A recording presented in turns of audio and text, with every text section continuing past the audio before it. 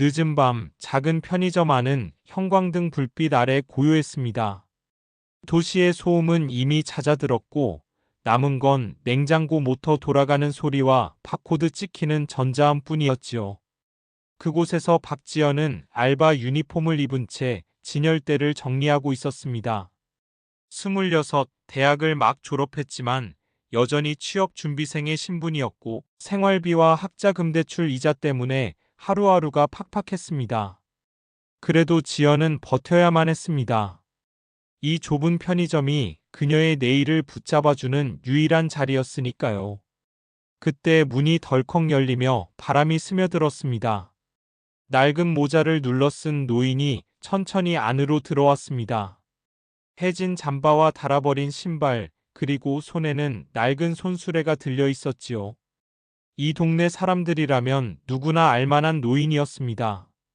늘 허름한 차림으로 나타나 값싼 음료나 빵 하나를 들고 계산대에 서곤 했습니다. 주민들은 그를 귀찮아하거나 때로는 슬쩍 무시했습니다. 말수가 적으면서도 술 냄새가 풍기기도 했으니까요. 그러나 지연은 달랐습니다. 그녀는 그저 손님일 뿐이라 여겼고 언제나 평범하게 대했습니다. 노인이 우유팩을 집어들고 계산대로 다가오자 지연은 자동적으로 인사를 건넸습니다. 하지만 노인의 손은 심하게 떨렸습니다. 얇아진 피부와 힘 빠진 손가락은 비닐 포장을 뜯어내지 못했습니다. 지연은 잠시 주저하다가 조심스럽게 우유팩을 받아들었습니다. 그녀는 능숙한 손놀림으로 뚜껑을 열어 다시 건네주었지요. 노인의 눈빛이 순간 흔들렸습니다. 아무도 대수롭지 않게 여길 행동이었지만 그에겐 낯설고 오래된 따뜻함이 느껴졌습니다. 그는 천천히 고개를 끄덕이며 낮게 중얼거렸습니다. 오늘도 고생했어요. 알바 힘들죠. 지연은 피곤한 기색을 숨기고 억지로 미소를 지었습니다. 네, 힘들어도 해야죠. 공부도 해야 하고 빚도 갚아야 하니까요. 그 대답은 짧았지만 노인의 가슴 속에 묘한 파문을 일으켰습니다. 젊은 시절 자신이 벌였던 잘못들이 떠올라 알 수 없는 죄책감이 스며들어왔습니다. 그러나 지연은 그런 속내를 알지 못했습니다. 그저 친절하게 계산을 마치고 언제나처럼 손님을 배웅했을 뿐이지요. 문이 다시 닫히고 편의점 안에는 다시 고요가 찾아왔습니다. 하지만 노인은 발걸음을 쉽게 떼지 못했습니다. 차가운 바람이 불어오는 길가에 서서 유리문 너머에서 물건을 정리하는 지연을 바라보았습니다. 다른 이들이 무심히 흘려보낸 작은 도움을 그녀는 대가 없이 베풀었습니다. 그 사소한 친절이 그의 마음에선 오래도록 잊지 못할 빛으로 남았습니다. 그날 밤 지연은 알지 못했습니다. 피곤한 하루 속에서 무심코 건넨 친절이 앞으로 자신의 삶을 뒤흔들 운명의 시작이 될 줄은요. 하지만 그 인연은 이미 조용히 뿌리를 내리고 있었습니다. 며칠 뒤 박지연은 평소처럼 은행 앱을 열었습니다. 매달 꼬박꼬박 찍히는 학자금 대출 이자 때문에 통장을 확인하는 습관이 생겼던 것이지요. 그런데 화면을 보자 눈을 의심했습니다. 상환 내역에 낯선 표시가 찍혀 있었습니다.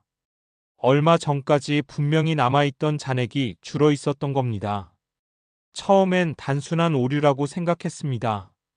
은행에서 착오가 났나 싶어 고객센터에 전화를 걸었지만 상담원은 단호하게 말했습니다. 고객님 계좌에 정상적으로 상환이 이뤄진 기록이 있습니다. 대출금 일부가 이미 상환 처리되셨습니다. 지연은 순간 얼어붙었습니다. 자신이 갚을 리 없었습니다. 최근 아르바이트 월급은 고스란히 생활비로 빠져나갔으니까요. 누군가 대신 갚아준 것일까? 하지만 떠오르는 사람은 없었습니다. 부모님은 이미 오래전에 세상을 떠났고 친척들 역시 연락조차 끊긴 지 오래였습니다. 그날 밤 편의점 야간 근무를 마치고 집으로 돌아오는 길, 지연은 휴대폰 화면을 다시 들여다보았습니다. 잔액이 줄어있는 숫자가 여전히 낯설게만 느껴졌습니다. 신기루처럼 나타났다 사라질 것만 같았지요. 며칠이 지나자 상황은 더 기묘해졌습니다. 통장을 열 때마다 조금씩 대출금이 사라지고 있었습니다. 정확히는 누군가가 일정한 간격으로 꾸준히 대신 갚아주고 있었습니다. 지연은 도무지 이해할 수 없었습니다. 작은 알바생인 자신에게 이런 기적이 찾아올 리 없다고 생각했기 때문입니다. 그 무렵 그 노인이 다시 편의점에 나타났습니다. 그는 늘 하던 대로 싼 빵 하나와 우유 한 팩을 들고 계산대로 걸어왔습니다. 하지만 이번엔 왠지 달라 보였습니다. 지연은 그 노인의 눈빛이 예전보다 더 깊고 어쩐지 알 수 없는 비밀을 담고 있는 듯한 기분을 받았습니다. 오늘도 공부하느라 힘들죠. 노인이 무심한 듯 말했습니다. 지연은 잠시 멈칫했지만 곧 고개를 끄덕였습니다. 네, 힘들지만 버텨야죠. 언젠가는 빛을 볼 날이 오겠죠. 노인은 짧게 웃었습니다. 그 웃음은 지쳐 있었지만 이상하게 따뜻했습니다. 그러나 그 순간에도 지연은 전혀 알지 못했습니다. 지금 자신이 겪고 있는 알 수 없는 기묘한 변화가 바로 이 노인과 연결되어 있다는 사실을요. 밤길을 걸으며 지연은 계속 생각했습니다. 누군가 자신의 짐을 덜어주고 있다는 건 분명한 사실이었습니다. 하지만 그게 은혜인지 혹은 다른 이유가 있는 건지 알 수는 없었습니다. 다만 마음 한켠에는 알 수 없는 두려움과 설렘이 동시에 피어오르고 있었습니다. 마치 눈앞에 다가오는 거대한 변화를 예고하는 듯 했지요. 그날 밤 박지연은 퇴근길에 우연히 마을 골목 어귀에서 소란스러운 장면을 목격했습니다. 사람들이 웅성이며 한쪽을 둘러싸고 있었고 그 가운데 쓰러져 있는 이는 다름 아닌 편의점에 오던 허름한 노인 윤경수였습니다. 희미한 가로등 불빛 아래 그의 얼굴은 잿빛처럼 창백했고 얇은 순결만 겨우 이어지고 있었지요. 지연은 본능적으로 앞으로 달려갔습니다. 구급차가 오기 전까지 그녀는 노인의 곁을 떠날 수 없었습니다. 차가운 바닥에 누워있는 그의 손을 붙잡으며 속삭였습니다. 괜찮으세요? 곧 병원에 가실 거예요. 조금만 버티세요. 병원으로 옮겨진 윤경수는 중환자실로 실려갔습니다. 의사는 오래된 지병과 영양 상태 악화를 함께 언급했습니다. 오랫동안 홀로 지내며 치료를 미뤄왔던 탓이었습니다. 보호자가 없냐는 의사의 물음에 지연은 잠시 침묵하다가 자신도 정확히는 모른다고 대답할 수밖에 없었습니다. 그날 밤 지연은 병원 대기실에서 그의 낡은 가방을 지키고 있었습니다. 그리고 무심코 가방을 열어본 순간 예상치 못한 서류 뭉치가 눈에 들어왔습니다. 봉투에는 은행 상환 내역과 계약서들이 빼곡히 담겨 있었습니다. 거기엔 분명히 박지연의 이름이 적혀 있었고 바로 그녀의 학자금 대출 계좌가 기록돼 있었습니다. 순간 심장이 쿵 내려앉았습니다. 그동안의 기묘한 변화를 설명할 수 있는 유일한 증거였지요. 바로 이 노인이 자신의 빚을 갚아주고 있었던 것입니다. 지연은 놀람과 감동이 뒤섞여 눈시울이 뜨거워졌습니다. 작은 친절이 이렇게 돌아오리라곤 상상조차 못했던 것이죠. 하지만 동시에 알 수 없는 불안이 엄습했습니다. 왜 하필 자신일까? 어떤 이유로 생면부지의 노인이 이런 선택을 한 것일까? 그 물음이 뇌리를 떠나지 않았습니다. 다음 날 한 남자가 병실로 찾아왔습니다. 단정한 정장 차림에 무거운 표정을 한 그는 변호사라고 자신을 소개했습니다. 이름은 정민호였습니다. 그는 지연에게 조심스레 말을 꺼냈습니다. 윤경수 어르신께서 미리 남긴 유언이 있습니다. 그리고 그 안에는 박지연 씨와 관련된 내용이 포함되어 있습니다. 지연은 숨을 삼켰습니다. 그 순간 마치 무언가 커다란 장막이 걷히려는 예감이 들었습니다. 은혜의 얼굴 뒤에 숨겨진 진실의 그림자가 점차 다가오고 있었던 것입니다. 박지연은 변호사 정민호의 입술에서 흘러나온 단어를 믿기 어려웠습니다. 유언이라는 말은 그 자체로 무게가 있었고 그 안에 자신의 이름이 담겨 있다는 사실은 더욱 충격적이었습니다. 정민호는 차분히 봉투를 꺼내 펼쳤습니다. 오래된 종이에서는 묵은 세월의 냄새가 풍겼습니다. 문서 속 내용은 예상보다 훨씬 무거웠습니다. 윤경수가 과거 토지 중개인으로 활동하며 권력자들과 결탁해 농민들의 땅을 헐값에 빼앗았다는 기록이었지요. 단순한 실수나 오해가 아니었습니다. 철저히 계산된 착취였고 수많은 가정이 그로 인해 삶의 터전을 잃고 무너졌습니다. 정민호는 말을 이었습니다. 박지연 씨 부모님도 그 피해자 중 한 분이셨습니다. 당시 빚더미에 쫓겨 결국 사업이 무너졌고 안타깝게도 사고로 돌아가셨습니다. 그 순간 지연의 눈앞이 아득해졌습니다. 가슴 속 깊이 묻어두었던 상처가 한순간에 되살아났습니다. 어린 시절의 기억 빗독촉으로 지쳐가던 부모의 얼굴, 그리고 마지막으로 남은 차가운 소식. 그 모든 고통의 시작점에 바로 윤경수가 있었다는 사실이 날카롭게 가슴을 찔렀습니다. 지연은 떨리는 손으로 서류를 붙잡았습니다. 노인이 자신에게 보여준 친절의 뒷면에는 참혹한 과거가 숨어 있었습니다. 은혜와 죄가 한 몸처럼 얽혀 있었습니다. 정민호는 조용히 말을 이었습니다. 윤경수 어르신은 생전의 죄책감을 크게 안고 계셨습니다. 그래서 마지막으로 본인이 빼앗은 땅의 일부와 비밀 계약 문서를 박지연 씨께 남기고자 하셨습니다. 단순히 재산이 아니라 억울하게 땅을 잃은 사람들에게 돌려줄 수 있는 증거입니다. 지연은 머리를 감싸주었습니다. 그토록 따뜻하게만 느껴졌던 노인의 눈빛 뒤에 부모의 눈물이 겹쳐 보였습니다. 자신을 돕던 손길이 동시에 모든 불행의 근원이었던 것입니다. 병실 문 너머로 보이는 윤경수의 얼굴은 평온하게 잠들어 있었습니다.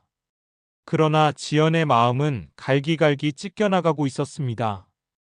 감사와 원망, 연민과 분노가 한꺼번에 몰려왔습니다. 그녀는 스스로에게 물었습니다. 내가 받은 건 은혜였을까 아니면 죄책감의 산물이었을까? 박지연은 며칠째 병원 복도를 서성이며 깊은 고민에 빠져 있었습니다. 윤경수의 숨은 점점 가늘어지고 있었고 의사들은 언제든 마지막 순간이 찾아올 수 있다고 말했습니다. 그러나 지연의 마음은 그보다 더 복잡했습니다. 낡은 봉투 안에 담긴 계약 문서와 증거 자료. 그것은 단순한 종이 뭉치가 아니었습니다. 부모를 포함해 수많은 농민들이 잃어버린 권리를 되찾을 수 있는 마지막 열쇠였습니다. 동시에 그 문서는 윤경수의 죄를 세상에 드러내는 증거이기도 했습니다. 지연은 밤마다 문서를 펼쳐들고 잠을 이루지 못했습니다. 서류에 적힌 이름들 사이에서 부모님의 성함을 발견할 때마다 심장이 무너져 내렸습니다. 가슴이 미어졌습니다. 그런데도 한편으로는 그 노인이 보여준 따뜻한 눈빛이 떠올랐습니다. 자신에게 빚을 갚아주고 우유팩 뚜껑조차 열어주지 못하던 그 초라한 모습 말입니다. 그는 괴물이었을까? 아니면 늦게나마 속죄를 선택한 인간이었을까? 정민호 변호사는 지연에게 조용히 조언했습니다. 이 문서를 어떻게 사용할지는 전적으로 박지연 씨의 선택입니다. 어르신께서는 그저 당신이 결정을 내려주기를 바라셨습니다. 지연은 고개를 숙였습니다. 세상은 그렇게 단순하지 않았습니다.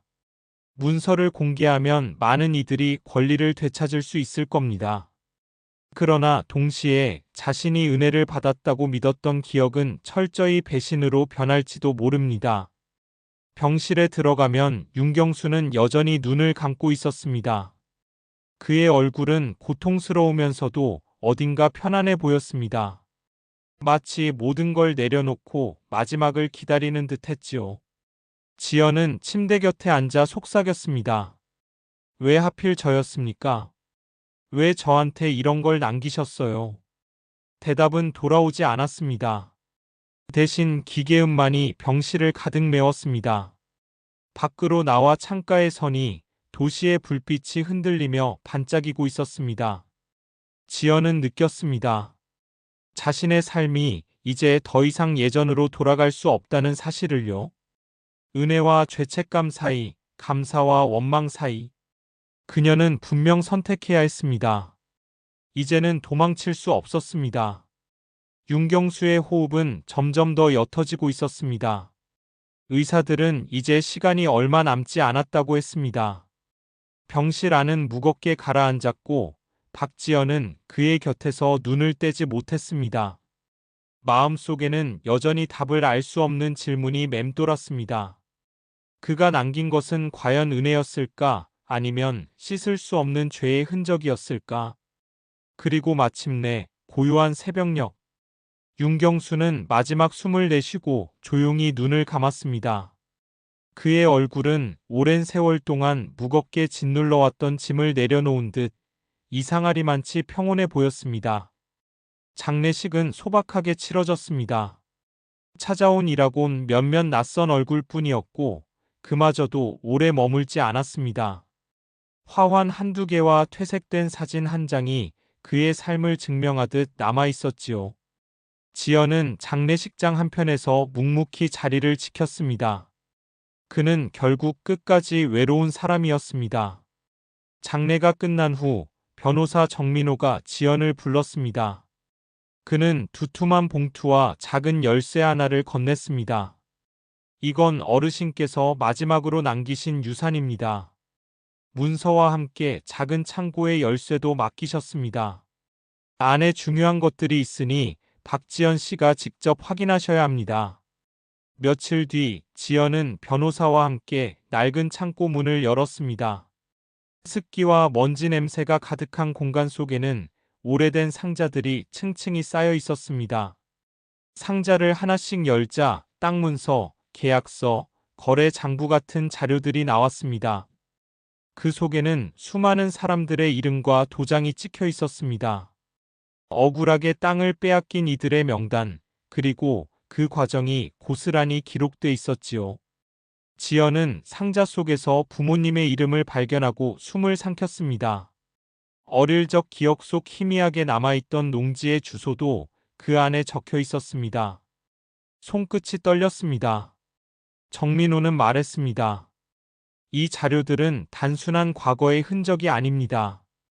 아직 효력을 가질 수 있는 계약들이고 농민들이 다시 권리를 찾을 수 있는 결정적인 증거입니다. 어르신께서는 그것을 당신에게 맡기셨습니다. 지연은 무너지는 듯 가슴을 움켜쥐었습니다. 그는 죄인이었으면서 동시에 속죄를 선택한 사람이었습니다. 그리고 이제 그 무거운 유산을 짊어져야 할 이는 자신이었습니다. 창고 문을 나서며 지연은 하늘을 올려다보았습니다. 구름 사이로 스며드는 햇살이 어쩐지 낯설게 느껴졌습니다. 이제 그녀의 인생은 더 이상 이전과 같지 않을 것이었습니다. 박지연은 창고에서 가져온 상자들을 책상 위에 펼쳐놓고 며칠 밤을 꼬박 세웠습니다. 문서 하나하나가 너무도 생생했고 거기엔 숫자와 도장이 아닌 수많은 사람들의 절규가 새겨져 있었습니다. 그동안 어디에서도 들을 수 없었던 목소리들이 종이 위에서 되살아났습니다. 그러나 진실은 결코 가볍지 않았습니다. 이 자료를 세상에 공개한다면 많은 농민들이 잃어버린 권리를 되찾을 수 있을 겁니다. 하지만 동시에 이미 세상을 떠난 윤경수의 이름은 끝없는 비난과 조롱 속에 남겨질 것입니다. 지연이 기억하는 따뜻한 노인의 모습은 하루아침에 파괴되고 말겠지요. 밤이 깊어갈수록 지연은 두려움에 사로잡혔습니다. 문서를 붙잡고 있으면 손끝이 시릴 정도로 무거웠습니다. 그녀는 부모님의 억울함을 생각하며 마음이 무너지다가도 자신을 친손녀처럼 챙겨주던 노인의 미소가 떠올라 눈물이 솟구쳤습니다. 정민호 변호사는 조심스럽게 입을 열었습니다. 박지연 씨, 이건 단순한 증거가 아닙니다. 한 사람의 과거와 수많은 사람들의 미래가 동시에 얽혀 있는 겁니다. 선택은 고통스럽겠지만 결국 누군가는 이 진실을 마주해야 하지 않겠습니까? 지연은 창밖을 바라보았습니다. 창가에 걸린 새벽빛은 차갑고도 선명했습니다. 도망치고 싶었지만 이제는 도망칠 수 없다는 걸 알고 있었습니다. 자신이 선택하지 않는다면 그 누구도 이 무거운 짐을 대신 짊어지지 않을 테니까요. 며칠 뒤 지연은 피해자 가족들을 찾아 나섰습니다. 문서 속 이름을 하나씩 확인하며 연락을 취했습니다. 어떤 이는 눈물을 흘리며 고맙다고 했고, 어떤 이는 분노를 감추지 못했습니다. 모두에게 공통된 건 너무 오랜 세월 동안 침묵 속에 묻혀 있었다는 사실이었습니다. 지연은 그들의 이야기를 들으며 마음이 더욱 무거워졌습니다. 이 자료를 세상에 꺼내놓는 순간 자신도 그 소용돌이에 휘말릴 것입니다. 하지만 그녀는 알았습니다. 이건 더 이상 혼자의 문제가 아니라는 것을요. 병원에서 마지막으로 본 윤경수의 얼굴이 떠올랐습니다. 죄책감에 짓눌린 채 그러나 속죄의 의지를 놓지 않았던 그 표정 말입니다. 지연은 이제 이해했습니다. 그가 왜 자신에게 이 모든 것을 맡겼는지. 진실은 고통스러웠습니다. 그러나 그것을 외면하는 순간 은혜도 속죄도 아무 의미가 없을 것입니다. 박지연은 변호사 장민호와 마지막 서류 정리를 마친 뒤 홀로 텅 빈 방 안에 앉아 있었습니다. 책상 위에는 낡은 봉투와 도장이 남겨져 있었고 그것이 이제는 자신의 손에 쥐어진 무거운 현실임을 느끼고 있었지요. 그는 깊은 한숨을 내쉬며 창밖을 바라보았습니다. 어두운 하늘은 차갑고 고요했지만 그 안에는 또 다른 시작의 기운이 감돌고 있었습니다. 며칠 동안 지연은 밤마다 잠을 설쳤습니다. 노인이 남긴 것은 단순한 재산이나 땅 문서가 아니었습니다. 그것은 과거의 잘못을 바로잡을 수 있는 기회였고, 동시에 자신에게 씻을 수 없는 상처를 안긴 진실이기도 했습니다. 부모님이 잃어버린 삶, 그리고 자신이 감내해야 했던 고통이 이 문서에 고스란히 담겨 있었으니까요. 지연은 갈등했습니다. 이 문서를 이용해 잃어버린 권리를 되찾는다면 많은 사람들이 웃을 수 있겠지만 동시에 그 모든 과정은 다시 상처를 들춰내는 일이기도 했습니다. 자신이 정말 그 무게를 감당할 수 있을까? 끊임없이 자신에게 묻고 또 물었습니다. 그러던 어느 날 지연은 편의점에서 야간 근무를 마치고 나오는 길에 동네 아주머니와 마주쳤습니다. 평소 무심하게 지나치던 이웃이었지만 이번에는 그녀에게 말을 건네왔습니다. 그 노인 알았지? 늘 여기저기 떠돌던 분. 사실 나도 마음이 쓰였어. 그런데 너한테는 늘 고맙다고 하더라. 내가 웃어주고 도와준 게 얼마나 큰 힘이 됐는지 모른다고 말이야. 그 순간 지연의 눈가가 뜨거워졌습니다. 노인의 인생은 잘못과 죄로 얼룩져 있었지만 마지막 순간에 그는 진심으로 속죄를 원했고 자신에게만큼은 인간적인 온기를 남기고 갔다는 사실이 가슴 깊이 파고들었습니다. 며칠 뒤 지연은 법원에 제출할 서류를 정리하며 결심을 굳혔습니다. 자신이 받은 고통을 이유로 도망칠 수는 없다는 것을 알게 된 것입니다. 오히려 부모님이 겪었던 억울함을 그리고 같은 상처를 입은 수많은 이들의 삶을 되돌리기 위해 이 문서를 사용해야 한다는 사명감이 생겼습니다. 법정에서 장민호 변호사가 준비한 자료와 함께 노인이 남긴 문서를 제출하는 순간 지연은 손이 떨렸습니다. 그러나 그 떨림은 두려움이 아니라 새로운 길을 향한 시작이었습니다. 판사의 목소리가 울려 퍼지고 서류가 증거로 채택되는 장면은 지연의 인생에서 가장 무겁고도 벅찬 순간이었지요. 결국 재판은 길게 이어졌습니다. 하지만 시간이 흐르면서 진실은 조금씩 세상에 드러났고 잃어버린 땅과 권리는 다시 제 주인을 찾아가게 되었습니다. 그 과정은 고통스럽고 힘들었지만 지연은 더 이상 혼자가 아니었습니다. 함께 싸워준 사람들, 그리고 마지막까지 마음을 남겨준 노인의 그림자가 그녀 곁을 지켜주고 있었기 때문입니다. 재판이 끝난 뒤 지연은 편의점 앞에 서서 밤하늘을 올려다보았습니다. 바람이 얼굴을 스치며 지나가자 오래전 노인의 떨리는 손길이 떠올랐습니다.